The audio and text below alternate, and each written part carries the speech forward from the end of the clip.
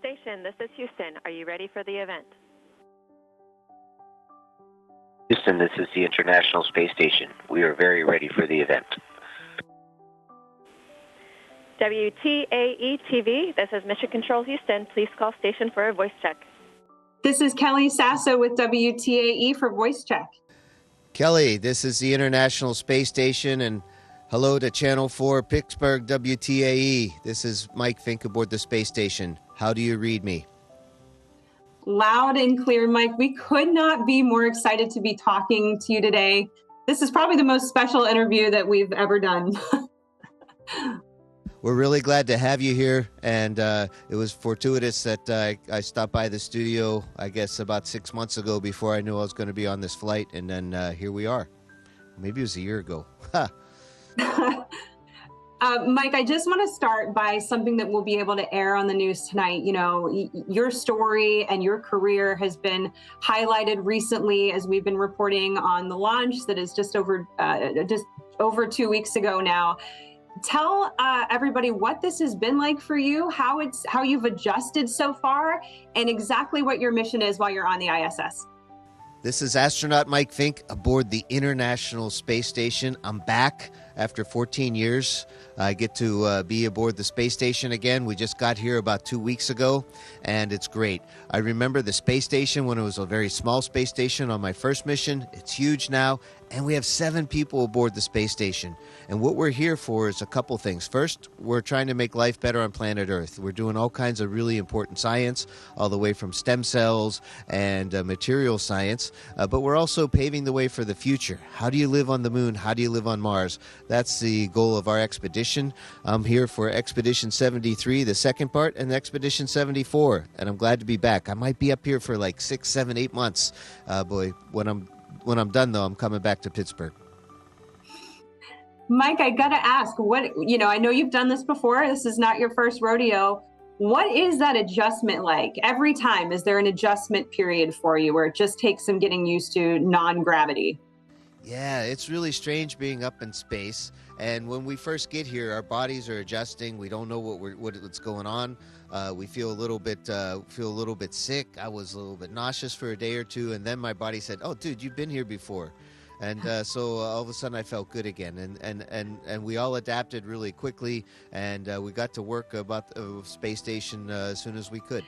And Mike, I'm not sure if anyone told you, you've had a lot on your plate lately, but we're producing an hour-long special about Pittsburgh's underappreciated role in the space industry. And so I wanted to ask you a question to be part of that documentary. You know, most people think of Houston or Cape Canaveral when they think about the space industry, but did you ever imagine Pittsburgh quietly building its own command center in the space industry? You know, Pittsburgh has really grown a lot in the space industry, and it's on one hand hard to imagine. Yeah, how about that?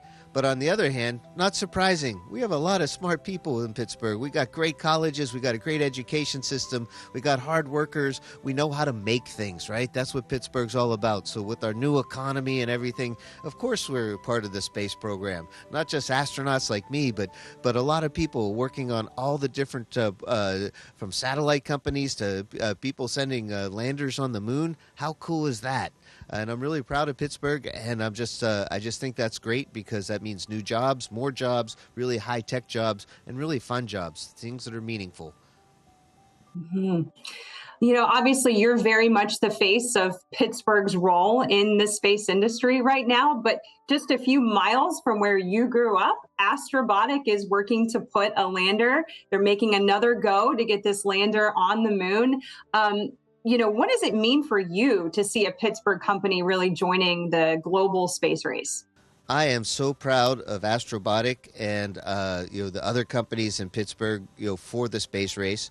And on my last trip to Pittsburgh, before I got assigned to this mission, I was really lucky. I had a chance to tour the facilities, and if anybody can can do it well and land on the moon, it's this team. I could just see that they were doing all the right things with testing, a lot of really smart people, and right there, right outside, the stadiums, and right there across from the Carnegie Science Center, what a great location, what a great company, and I wish them the best of luck. We need people to be able to land on the moon with our unmanned lunars our uncrewed landers and our future landers too. This is great technology, and of course, Pittsburgh is leading the way. Mm-hmm. And on that note too, obviously, it was a very public. You hate to even use the word failure. Are you doing a front flip?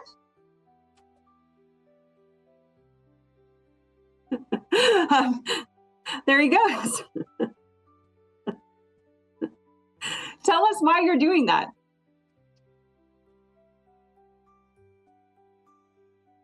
I'm sorry about that. You were asking a very serious question, and I did a flip because I can.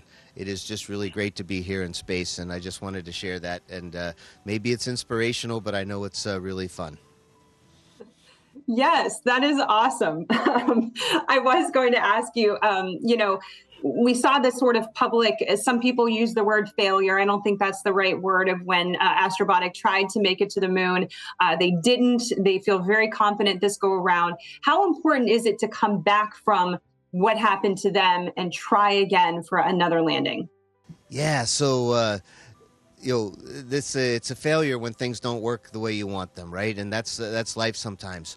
But what I learned, the Air Force sent me to test pilot school, and I got to learn about testing. And sometimes things don't work, but it's what you do about it with the data that you gathered. The Astrobotic team has really done a good job in understanding what went wrong and taking corrective actions to fix it. They got smarter, and they learned from their things. And that's just like, I don't know, when the Steelers, they go to, they do 4 downs and then they're out. Then the next time they said, what went wrong? And they fix it, right? That's just, you just pick yourself up and keep moving forward. And that's how you win the game. Okay, and I'll veer off topic for a second, only because you brought them up. You're going to miss the Steelers season this year. How's that going to go for you? Well, and the next cargo ship up, they have a set of personal gear for me, so I got my terrible towel. And in the meantime, I am wearing a Joey Porter T-shirt that my parents sent up on the SpaceX with me. It was a surprise, and I think they got it from Giant Eagle. So how much more Pittsburgh can you get? But yeah, I'm going to miss the games a little bit. We're working with our team on the ground so that they can beam up a few of the games to me so I can watch them. I know they're going to do well this season. It's going to be an exciting season, and I'll be one of the many people watching. And of course, it's a great thing to have a piece of your hometown with you to get us through these long months. And I'm just really glad to be a Steelers fan and have my terrible towel. The fact that you're wearing a Giant Eagle Steelers t-shirt is the greatest thing ever on the International Space Station. I think all of Pittsburgh would applaud you for that. Mike, I wanted to ask you, I think you kind of touched on it a little bit before. What sort of parallels do you see with Pittsburgh's, history and its industrial roots now transferring to the work in the space industry? Yeah, Pittsburgh is really uniquely positioned to be really a strong and even stronger player in the space industry, and it comes from our heritage. When we were a steel town, we still are, but when we were really a steel town, in every sense of the word, we were making things, we were building things, we were helping America expand. And the same kind of thing as we go to the moon and Mars and beyond, we need the expertise of people that aren't afraid to get their hands dirty, people who aren't afraid to use their minds, and people who aren't afraid to work and make things. Isn't it great to be constructive? And that's what Pittsburgh's all about. We're a very constructive, positive, forward-looking city, and we have the talent, and we have the industry, and we're just really poised to do super well in space. And I'm very excited about that. I'm very proud of my fellow Pittsburghers. And I want to ask you too, for people like really taking a step back here, for people who maybe don't understand why there's such an emphasis on going to space and doing the research and, figuring out how to make power on the moon, kind of, if you can, give people the why. Why is this important for humanity's future? What an investment the space program has been for our country, and what an investment it is for our future. We have a super high-tech economy right now, and that's directly traceable back to the early space program with Apollo and going to the moon and how it motivated our country. It's the same thing. We are aboard the International Space Station to make life better on planet Earth, and we're also working at NASA to industrialize low Earth orbit and explore the moon and beyond. And there's other countries that are working on this also. Some of them are in collaboration and some are in competition. And I think it's really important for the United States of America to continue with its leadership in space and to go to moon and to the Mars and go to the moon and go to Mars and beyond. And there's a role for the kids of Pittsburgh today to actually get a chance to walk on the moon. When I was a kid, I wanted to. Doesn't look like it's going to happen in my career. Who knows? But I bet you there's going to be a lot more Pittsburghers walking on the moon in the next 25 years. And then using the lunar resources to relieve the burden of industrialization here on planet Earth. It's just a win-win situation and a great investment and great high-tech jobs. And you brought up the kids. I mean, I have to imagine whenever you come back from this mission and your other missions, the kids just flock to you because you're like a superhero. You're a real life superhero getting to do what you do. How fulfilling is that to get to know that you're inspiring people by literally being physical proof of that this is possible? Well, I think we were all kids at one time, and we do realize the power of having a good example.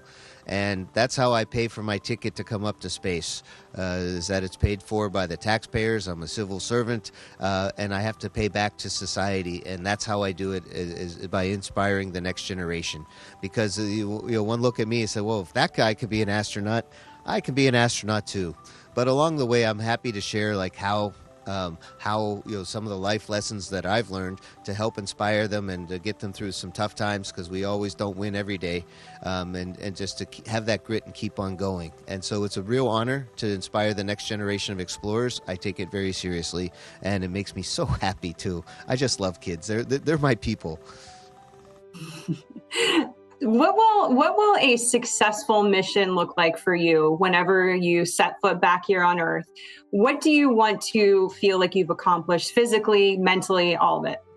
Yeah, that's a great question. That's a philosophical question, too. I'm coming up on my 400th day in space. How lucky am I? So what more is there to prove? Not much more. But really, I think my crewmates and I, we've talked it over. We'd like to leave the space station better shape than we found it, to help space station prepare for its eventual retirement, as well as to do our very best every day with a great attitude and get our program done, get our science done, and get the best data we can for the researchers on the ground, and be good examples for everyone else as best we can. And as long as, and one of our goals is to remain friends throughout the whole mission, because we're going to be here for a long time, and we're just figuring out how to be, really get along together, and it's going great so far. This is going to be a great mission, and I'm looking forward to sharing it with my hometown as we move forward through time. I think I have time for maybe one more question. So I want to ask you, does the entire space station look like what we're seeing behind you? Because there are 8,000 wires in the shot. And do you know what they all do? Yes, welcome aboard the Columbus module, European Space Agency's contribution to the International Space Station. It is a little bit untidy, but it is very representative of the space station. I did not have time to read it up today. But I did wanted to share it with you because yes, there are wires here everywhere. There's cargo containers down here that are under some bungee cords, and this is the state of space station. When we first designed it in the 1990s, we didn't imagine that we're going to have Ethernet cables everywhere and power cords and laptops. This wasn't quite designed for it, so everything comes on the exterior. and there's no reason for a cable to lie down straight like it would back home on planet Earth. They just go the way that the wire wants to bend. So it looks a little untidy, but boy, everything is efficient. We do know where every cable goes, what its name is, what its serial number is, and where it's supposed to go. So we're able to keep track of everything. We just have to be careful when we're flying around that we don't snag it. But that's part of being an astronaut, is learning how to fly around the space station. Okay, and just because no one's cut me off yet, I'll ask you too. I know you did a flip earlier, which was really crazy to see. Like, do you have a favorite move in space that you can share with us? Yeah, we have a move that we can only do in a different module, and it's called the Iron Man maneuver. And I can't quite do it here, just because we don't have too much room above. But I'll do our very best that we can. I'll go all the way down on the floor. I'm gonna lift my arm, and I'm just gonna rise right up. It's not quite the ascension; it's Iron Man. So hold on.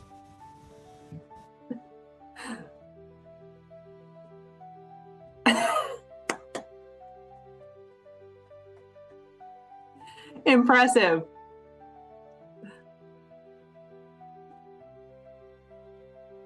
Yeah, Tony Stark can't even do that. So that is very good. Mike, is there anything else that you want to add that we didn't talk about, either about, for the documentary purposes, which I'm so excited to highlight Pittsburgh's role in the space industry for our audience? Anything else you want to add about that, or just your current mission for our audience that's going to be seeing a clip of this tonight?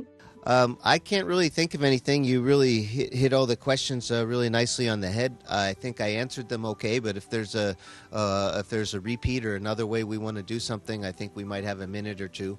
But it's been a real honor to have a chance to talk with you in WTAE Channel 4 Pittsburgh. I know exactly where you are. And as we were talking here, we started out our conversation. We were over Newfoundland, Canada, and now we are coasting the tip of Africa. We went across the Atlantic and all the way, not just across east to west, but north to south. And I think an airplane ride would have taken about 17 hours, and we did it in about 17 minutes. That is wild. Do you look down sometimes and look for Pittsburgh specifically for home? Oh, yeah. There is no place like home. Pittsburgh's not easy to find, but the three rivers point straight to the point. And the stadiums, and then from there I can just kind of go up the Ohio River, see Neville Island, go across, see the bridge, I-79 bridge over the Ohio River there near Sewickley, and then I can almost see my parents' house from there. I told my parents to get a bigger house, but they said no, they like the one they have. But I can almost see it from space, and yeah, there's no place like home. Wow. I don't know. I'm sure we'd have to talk to NASA, but I sure hope at some point throughout your mission we can connect again. I would love to chat with you again a few more weeks and months into this if you would be up for it. Oh, I'm up. I'm always up. We're up in space, yes, but I would be up for another interview, and really appreciate taking the time and helping me share the story of the International Space Station and space flight and being an astronaut with my friends and family. And that means like everybody in the city of Pittsburgh and the boroughs around the greater Pittsburgh area, as we say. Thank you so much, Mike. This was the highlight of my career, honestly, getting to talk to you up there. I really appreciate it. And I hope we can catch up again soon. We're wishing you the best. We are cheering you on so hard. Well, thank you so much. Thank you for the interview. And yeah, let's do it again sometime. All right. Take care, Mike. Thank you.